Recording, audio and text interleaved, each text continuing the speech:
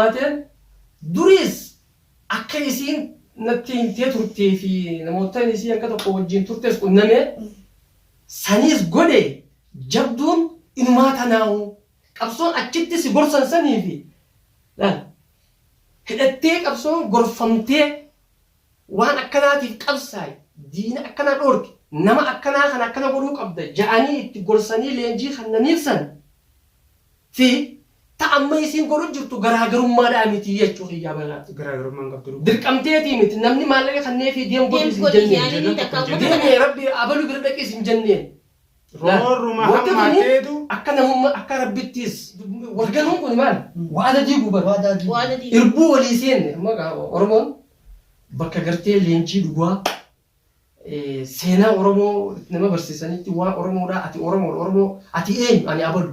Abalu yoo eenyu abaluunis abaluuti. Bakka ja'anis himan san. Bar Oromiyaa yoo jiraatte Oromoon irra jiraatti. Lafa bitanii farda bitanii jedhanii mire. Akkuma jedhan kaa odoo dirreen binne fardan bitan jedhanii. Dubbiin lafee dubbii lafaa dubbii lafeeti. Lachuutu barlaa walitti.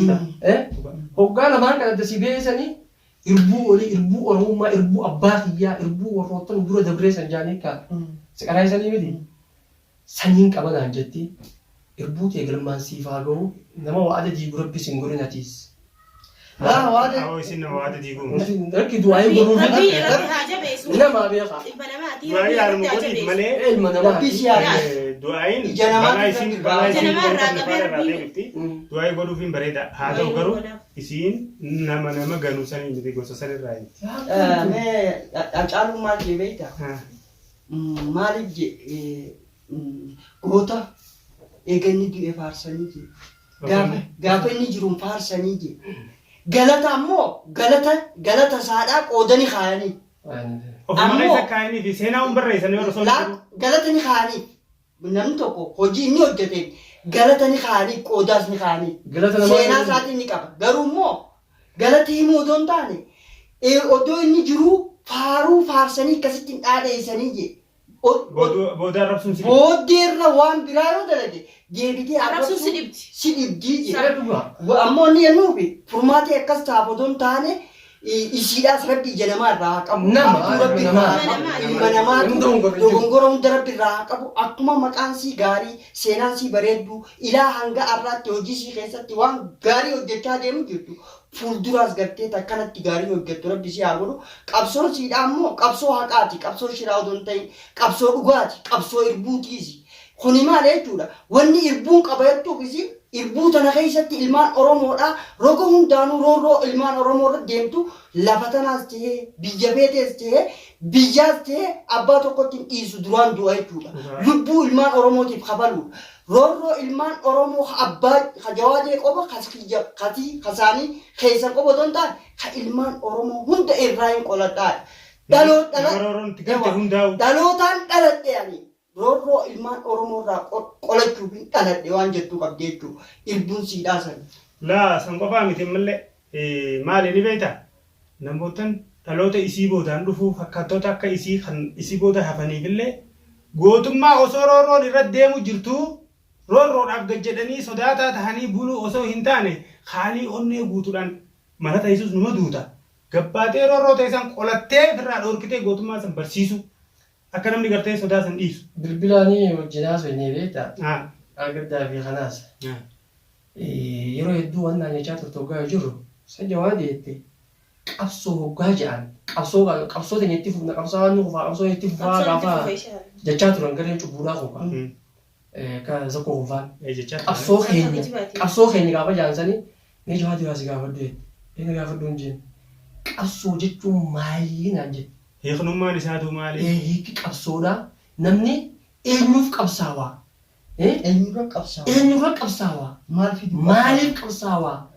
Waan qabsaa'eef sanoo firii isiidhaa akkatu mee danaa baasii naan jettee.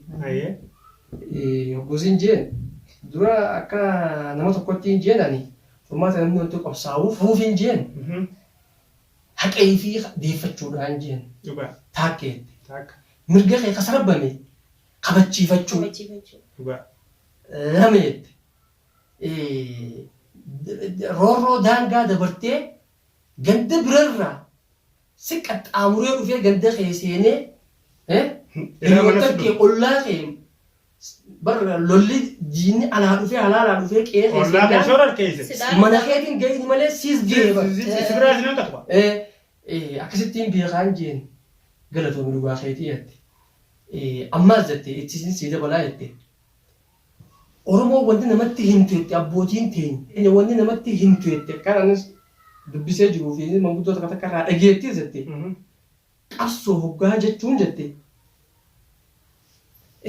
Qawwee hidhattee beela'uu qofaa miti. Qawwee dha'uu qofaa miti. Hidhaa seenuu qofaa miti. Ajjeesuu, du'uu, saamuu fi saamsisuu qofa osoo hin taane Oromoon nama hin saamsiftu, nama hin ajjeesiftu, nama hin ajjeeftu itti akka malee biratti duraan dursee jette. Namuma gartee qe'ee keessatti ollaa kee, hiriyaa kiyyeetti haadha jallatte, olla jallatte, ganduma keessa jiru keessatti jallatte. Akka hiriyaa teetitti dhaabbattee gorsuu qabdee itti himuu qabdaa. Duraan dursee haadhaa fi abbaa kee maqaan balleessini. Lammata hiriyoota kee maqaan balleessini. Sadaffaa akka ganda keenya maqaan nu badaa. Afuraffaa akka aana maqaan nu badaa. Nama hamaa, nama gowwaa, nama badaa akkasuu ganda keessan keessa jira. Jettee gorsitaa jette. Hoggaa nama akkanaa kana gorsitee akka hundaan gorsitee itti himtee sirraa fudhachuu dadhabe. Qooda haadhaa fi abbaa ulee harkara fudhatte waan jaallattaa jiran haadhaa fi abbaa ulee harkara fudhatte taatee harkaa ala utaaltee hiriyoota seenti hiriyoonni kun tarkaanfii irra fudhachuu qabeetti. Waan ajaa'ibaa. Hiriyaan maali? Hiriyaan gaaddisaa. Hiriyaan daawwitiidha. Hiriyaan tarkaanfii irra fudhata. Hiriyaan dadhabdi akka qabalee bulchaa gandaa raddaasanii. Mootummaa geessee jechuudha. Hawaasa keessaa bahu deemu. Bara maraa heera uumamaatiin eegalte. Dirqama heera uumamaa haadhaa fi abbaa miti asirraa qabu. Haadhaa fi abbaa ulee harkara fudhattee jechuun qaalii haadhaa fi abbaa kana dhagahuu diddeetu warri ala baatee bara. Dubbii hasasa jettuutu haatee dhoositu. Boolla keessaa dhoositu dadhabdee ulfi garaa afuufamee biyyee jaanii bara. Duuba. Bar dubbii mana keessa ulfaatteetu mana kana facaaftee ulaa gabbuutee hiriyaan si dhageesse. Ba'aa mana taate. Dubbiin laaftuu nama hiriyaan si dhageesse. Hiriyaan dadhabdeeti heera uumama rabbii kanneef jechuudha kun. Kana bira kutteeti heera aadaa heera namummaa akka obbolummaa namummaa sanitti firoota sanii dhufte. Dabarte didde maal na dhibee sani haa. Warra akka haammaan tana nurra jiru kan bari uuma kiyya faal siyaasa hojjeta. Yaaduma kiyya kana faal. Kanarra jiru rabbi. Kanarra jiru rabbi jiisi. Bakka uuma narra jiru hin jiru rakkuma gartee uumaa. Uuma narra gaggeeffamaa jira. Manuma keenya keessa dirqiin dhiyoomee gabbee sanuma goonee haasa'u jirra waree beeka. Akkasitti duuba maame hiriyoonni firoonni kun dadhaban manguddoon gorsa dadhabdee miti. Qabalee keessan kan seeratti yaa abbaa irratti amanaa mana sirreessa. Torbaan takkaaf guyyaa lamaa sadiif nyaata geessanii fi dhiisan. Walau kaan ebii kasaasa sanuma taate ammaas. Qabsoon dura gandaa eegaltee sabboonummaanoo mana gartee itti dhalatte keessaa onnee ta'e keessaa guddina maatii ta'e keessaa burqitii. Jaahilummaan mana keessaa burqitii. Asirra jette. Qabsoon amma isaan jaantuun qabsoo baaxilaati dura ati jette nama akka agartee akka keetii kana suma jette bara anumaa baasitee bara seenotii kanatti himte malee sayaa biraa himte.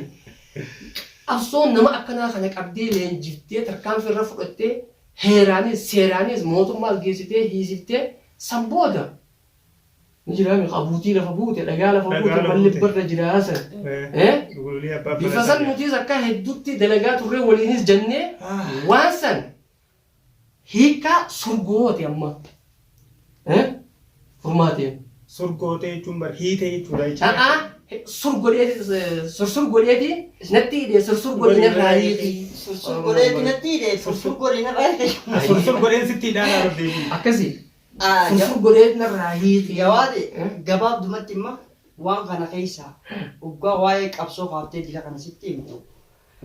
Guututti namoota gartee ilmaan Oromoodhaa hayyuudhaa sinis qaroodhaas waggaan waan kana himan. Guutuu gartee seenaa keessa waan isin mudatee isin gabbaases guututti himteesi. Namni tokko ilmi namaa akkanuma gabbeetuma gartee alatti gadi hin ba'u. Roorroon takko tadaangaa dabarteetu gartee mana keessaa ala gabbaa malee ilmaan Oromoo hawaasa Oromoo bal'aa bira geessu. Wanni kun waan gartee bubbulee obsamee itti qabsaa'amee kun hundi dabreeti ala gabbaatti. Egaa ala gabbaate hawaasa Oromoo bira geessi. Wanni arraan tana roorroo daangaa dabarte tafurmaata dhabdee heeraanis seeraanis tafamuu dadhabdeetu akka isiin lubbuu isiidhaa tuftee haqa isiidhaa kabachiiftee ka gartee haqa dhabde deeffattee mirga isiitii fi mirga gartee abbaa manaasii mirga daa'imman isaaniitii fi mirga hawaasa Oromoo kabachiisuudhaaf gabbaate. Kuni maali? Takka warra silaa gartee galaa bobbaa isaan kute akka nagayaan bobbaanii galaniif isaanis mirga gartee nagayaan jiraachuu waan qabaniif haqa waan qabaniif mirga jiraachuu teetuma furmaateen duriis akka isiin natti himtee turtee fi namoota isii akka tokko wajjin turtees qunnamee saniis godhe jabduun inumaa tanaa'u qabsoon achitti si gorsan sanii fi hidhattee qabsoon gorfamtee waan akkanaatiif qabsaa'e diina akkanaa dhoorge nama akkanaa kan akkana godhuu qabda ja'anii itti gorsanii leenjii kannaniif san fi ta'amma isiin godhu jirtu garaagarummaadhaa miti jechuu xiyyaa balaatti. Garaagarummaan qabdu. Dirqamteetii miti namni maallaqa kannee fi deemu godhu isin jenneen. Deemee rabbi abalu bira dhaqee isin jenneen. Roorruma hammaa ta'etu akka namummaa akka rabbittiis dirqama.